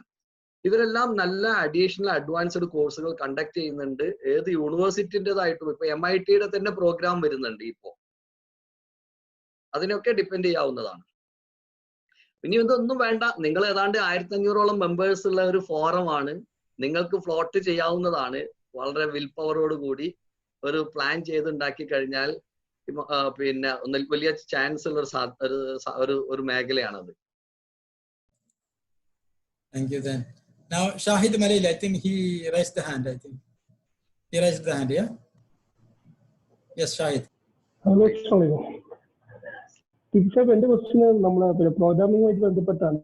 നമ്മള് പ്രോഗ്രാമിംഗും പൈത്തണും നമ്മളൊരു കമ്പാരിസൺ നിങ്ങളെ പോയിന്റ് ഓഫ് വ്യൂ ചെയ്തു തന്നായിരുന്നു.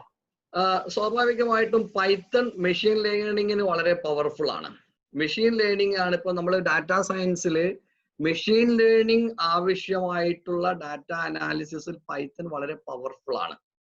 ഓക്കെ, പിന്നെ കമ്പാരേറ്റീവ്ലി സിമ്പിൾ ആണ്. എന്നാൽ പൈത്തനേക്കാൾ വിഷ്വലൈസേഷൻ ഏറ്റവും, ഇപ്പൊ വിഷ്വലൈസേഷന് വേണ്ടി സെപ്പറേറ്റ് ആയിട്ടുള്ള ടൂളുകൾ, ഇപ്പൊ ടാബ്ലോ പോലുള്ള സെപ്പറേറ്റ് ടൂളുകൾ ഉണ്ട്. എങ്കിൽ പോലും വളരെ മനോഹരമായ വിഷ്വലൈസേഷൻ കേപ്പബിലിറ്റി ഉള്ളതാണ്.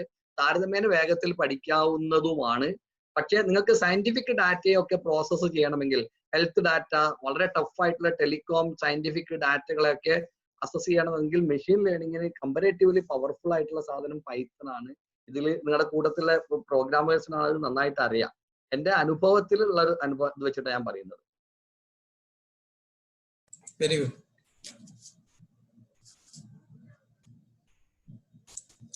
Sabir bhai, let us close now. What do you think? അടുത്ത ചോദ്യങ്ങളൊന്നും ഇല്ലല്ലോ അല്ലേ? അപ്പൊ നമുക്ക് ക്ലോസ് ചെയ്യാം, വൈൻഡ് അപ്പ് ചെയ്യാം. ഞാൻ അങ്ങനെയാണെങ്കിൽ ഒരു ചെറിയൊരു ക്ലോസിംഗ് വാക്ക് പറഞ്ഞോട്ടെ. ഓക്കെ, ഞാൻ പിന്നെ ഇപ്പൊ ഞാൻ ഒരു വേൾഡിൽ ഞാൻ എല്ലാ സ്ഥലത്തും ഇപ്പൊ അടുത്ത റീസെന്റ് ആയിട്ട് സംസാരിക്കുന്ന ഒരു കോൺസെപ്റ്റ് ആണ് പിന്നെ ഈ പ്ലാറ്റ്ഫോം എക്കോണമി എന്ന് പറയുന്ന ഒരു പുതിയ എക്കോണമി ലോകത്ത് എക്സ്പ്ലോർ ചെയ്തിട്ടുണ്ട്. പ്ലാറ്റ്ഫോം എക്കോണമി എന്ന് പറയുന്നത് ഏതെങ്കിലും ഒരു ഏജൻസി ഒരു ഇനീഷ്യേറ്റീവ് എടുക്കുന്നു, ഒരു പ്ലാറ്റ്ഫോം ക്രിയേറ്റ് ചെയ്യുന്നു. ആ പ്ലാറ്റ്ഫോമിൽ ടാലന്റ് ഉള്ളവരും ചെറിയ കൊച്ചു ഇൻവെസ്റ്റ്മെന്റ് ഉള്ളവരും അതുപോലെ തന്നെ ഒരു യുണീക്ക് ആയിട്ടുള്ള പിന്നെ സ്റ്റാർട്ടപ്പ് കോൺസെപ്റ്റ് ഡെവലപ്പ് ചെയ്യാൻ കഴിയുന്ന ആളുകളുമൊക്കെ ആ പ്ലാറ്റ്ഫോമിൽ ജോയിൻ ചെയ്യും. ആ പ്ലാറ്റ്ഫോം സ്വാഭാവികമായിട്ടും എന്തുണ്ടാക്കും? വലിയ ഔട്ട്റീച്ച് ഉണ്ടാക്കും. ബില്യൺസ് ഓഫ് ആളുകളിലേക്ക് ആ പ്ലാറ്റ്ഫോം ഒരു റീച്ച് ഉണ്ടാക്കും.